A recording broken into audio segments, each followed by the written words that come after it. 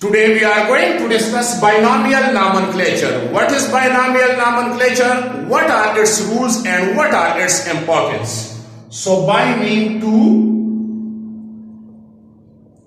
nomial mean names. And nomenclature किस चीज को कहते हैं? नेमिंग मेथड को. So the method in which scientific names are given to living organism is called binomial nomenclature. The method of giving scientific names to living organism is called binomial nomenclature. या simple words में हम ये भी कह सकते हैं कि two naming system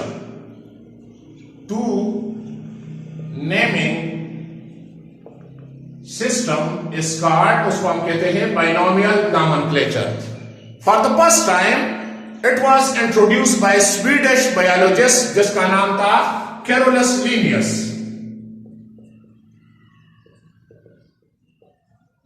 जिसने इंट्रोड्यूस करवाया बाइनोमियल नॉमेनक्लेचर को 1753 में. उसके मुताबिक हर एक ऑर्गेनिज्म के दो नाम होते हैं.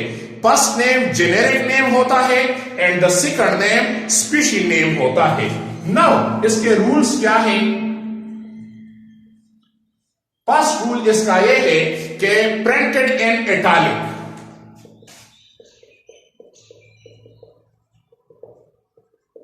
इटैलिक या अगर हैंड रिटन हो, हाथ से लिखते हैं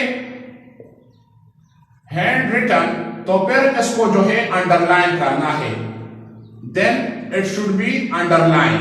सो ये इसका फर्स्ट रूल है. The second rule is generic name first name होगा और स्पीशी नेम सेकंड नेम होगा. फर्स्ट नेम जो है जेनेरिक नेम होगा और second name will be species name. Third उसका रूल है कि generic name started with capital letter.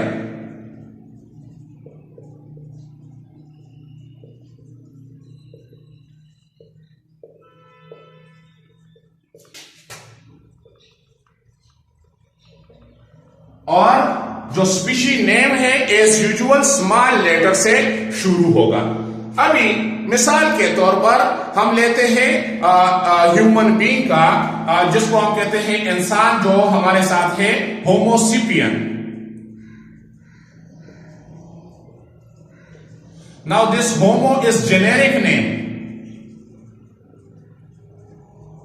Started with capital और दूसरा हमारे साथ sapien. So this is species name. या अगर मैं ले लूं राना टाइग्रीना, राना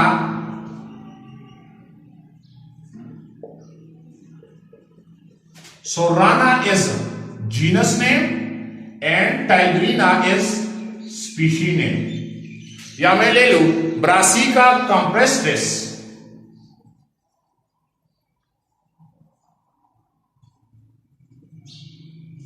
सो ब्रासिका हमारे साथ क्या है? This is genus name, generic name and कंप्रेस्ट्रेस हमारे साथ स्पीशी नेम है. नाउ इसकी इंपॉर्टेंस क्या है?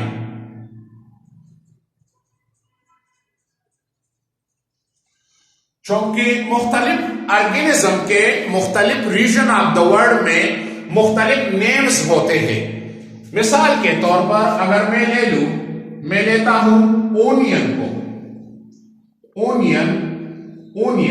नाउ इस ओनियन को बाज रीजन में गेंडा भी कहा जाता है, इसको बेसल भी कहा जाता है, इसको वेसल भी कहा जाता है और इसको हम प्याज भी इधर कहते हैं, प्याज.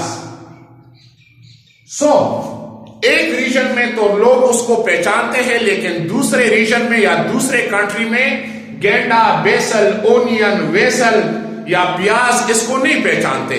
तो ओनियन का जो साइंटिफिक नेम है तो वो है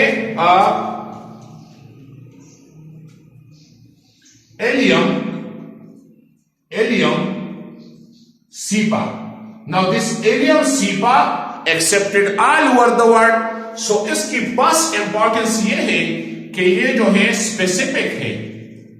स्पेसिफिक मतलब स्पेसिफिक क्या है कि ये मोर प्रिसाइज है, मोर प्रिसाइज।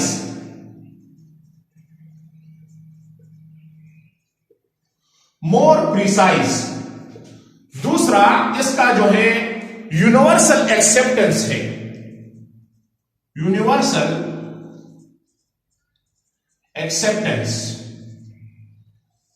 क्योंकि ये इटैलिक वर्ड में लिखा जाता है तो ये all over the world accept होता है। जिस तरह मैंने बताया कि ओनियन बाज रीजन में गेंडा, बेसल, वेसल, प्याज, लेकिन दूसरे रीजन में दूसरे कंट्री में लोग नहीं पहचानते। लेकिन allium cepa so having all over the world acceptance. तो इसका दूसरा इंपॉर्टेंस है कि ये जो साइंटिफिक नेम है बाइनोमियल नॉमेनक्लेचर जो देता है तो ये ऑल ओवर द वर्ल्ड मतलब यूनिवर्सल एक्सेप्टेंस है। The third one evolutionary relationship.